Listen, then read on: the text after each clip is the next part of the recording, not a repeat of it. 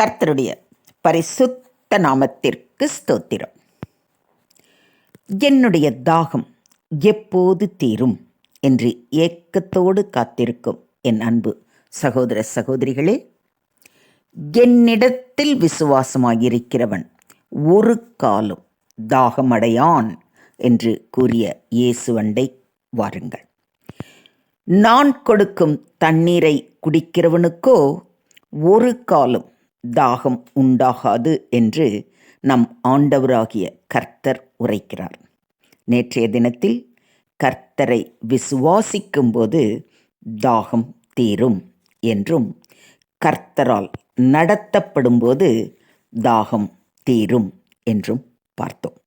தொடர்ந்து நம் தாகம் எப்பொழுது தீரும் என்பதை குறித்து மேலும் சற்று நேரம் தியானிப்போம். கர்த்தரால் தெரிந்து கொள்ளப்பட்டவருடைய வாழ்க்கையில் தாகத்தை தீர்க்கிறார்.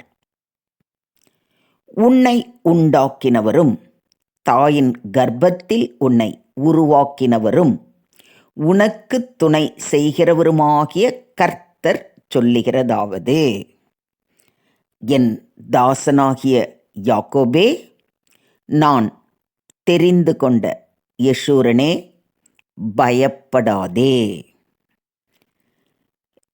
தேவன் தெரிந்து கொள்ளப்பட்டவர்களாகிய நம்முடைய தாகத்தை தீர்க்கிறவர்.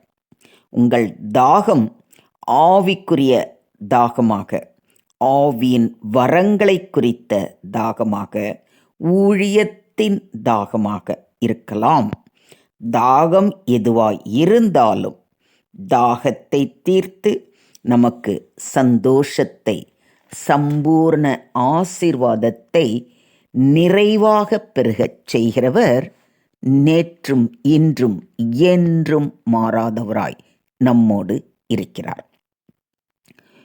அவரால் தெரிந்து கொள்ளப்பட்ட ஜனமாய், சந்ததியாய் மாற, அவரால் தெரிந்து கொள்ளப்பட்டவன் என்று சொல்லத்தக்கதான வாழ்வை அடைய நம்மை ஒப்புக் கொடுப்போம்.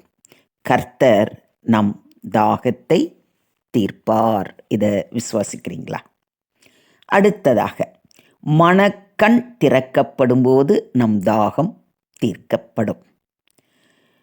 தேவன் அவளுடைய கண்களை திறந்தார். அப்பொழுது அவள் ஒரு தண்ணீர் துறவை கண்டு போய் துருத்தியிலே தண்ணீர் நிரப்பி பிள்ளைக்கு குடிக்க கொடுத்தாள் என்று ஆதியாகமம் 21:19 வாசிக்கிறோம்.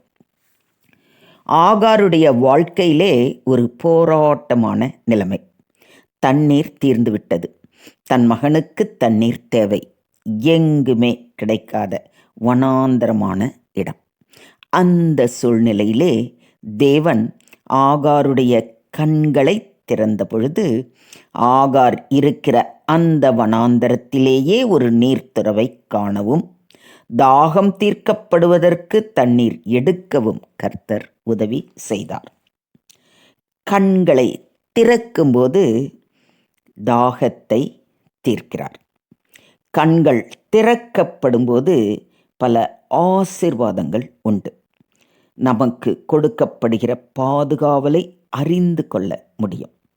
கண்கள் திறக்கப்படும்போது வேதத்தின் மகத்துவங்களை பார்க்க முடியும்.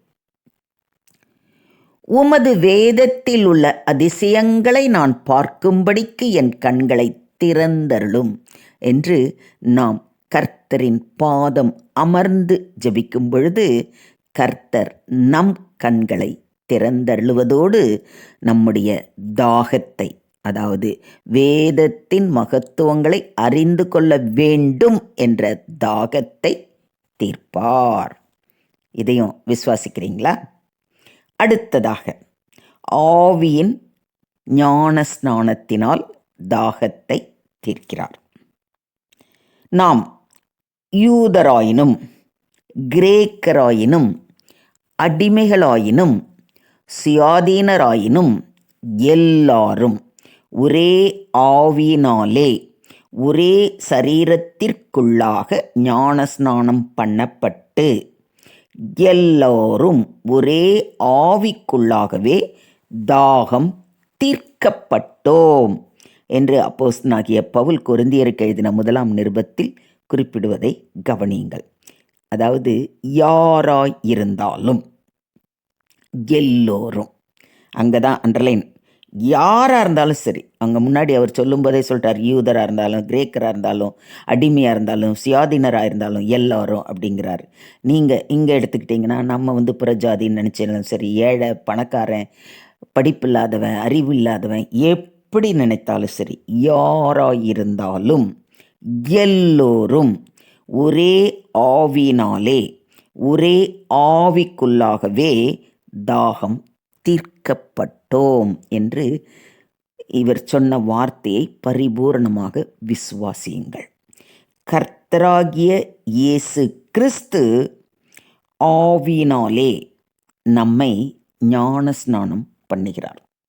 யோவான் ஸ்நானகன் மத்தேயு 3:11 ஆவியினாலும் அக்கினியினாலும் உங்களுக்கு ஞான ஸ்நானம் கொடுப்பார் என்று சொல்வதை பார்க்கிறோம்.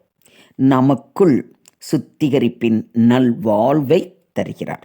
ஆகவே அவருக்குள்ளாய் இந்த ஞான ஸ்நானத்தை பெறும்பொழுது நம்முடைய தாகம் தீர்க்கப்படுகிறது. நமக்காக பலியான இயேசு கிறிஸ்துவின் சரீரத்திற்குள்ளாக நாம் ஒரே ஆவியினாலே ஞானஸ்நானத்தை பெறும்பொழுது நம்முடைய தாகத்தை தீர்த்து நம்மை ஆசீர்வதிக்கிறார். ஆகவே அவருடைய சத்தத்திற்கு செவி கொடுக்கிறவர்களாய், அவரது வார்த்தைக்கு கீழ்ப்படிந்தவர்களாய் நாம் இருப்போமே ஆனால் நம்முடைய தாகம் எப்படிப்பட்டதாக இருந்தாலும் அதை தீர்த்து நம்மை ஆசீர்வதிப்பார். இதையும் விசுவாசிக்கிறீங்களா? தாகமுள்ளவன் மேல் தண்ணீரையும் வறண்ட நிலத்தின் மேல் ஆறுகளையும் ஊற்றுவேன். உன் சந்ததியின் மேல் என் ஆவியையும் உன் சந்தானத்தின் மேல் என் ஆசீர்வாதத்தையும் ஊற்றுவேன் என்று வாக்களித்த தேவன் தாமே உங்கள் தாகம் தீர தண்ணீரை கொடுப்பதோடு அந்த தண்ணீர் உங்களுக்குள்ளே நித்திய ஜீவ காலமாய் ஊறுகிற நீரூற்றாய் இருக்கும்படி செய்வாராக. அதோடு அவர் உங்கள் சந்ததியின் மேல் அவருடைய ஆவியையும் உங்கள் சந்தானத்தின் மேல் அவருடைய ஆசீர்வாதத்தையும் ஊற்றுவார். இந்த விசுவாசத்தோடு அவர் பாதம் அமர்ந்து, கர்த்தாவே நீரே என்னை நடத்தும் என்று முற்றிலுமாக நம்மை அவர் கரத்தில் ஒப்பு கொடுக்கும் பொழுது அவரே நம்மை தம்முடைய சொந்த பிள்ளைகளாக தெரிந்து கொண்டு நமது கண்களை திறந்து பரிசுத்த ஆவியினால் அபிஷேகித்து நம்முடைய தாகங்களை தீர்த்து ஆசீர்வதிப்பார். இன்றே கர்த்தரின் கரத்தில் உங்களை ஒப்பு கொடுப்பீர்களா? சிந்தியுங்கள், செயல்படுங்கள். தேவனுக்கே மகிமை உண்டாவதாக. ஆமென், ஆமென், ஆமென்.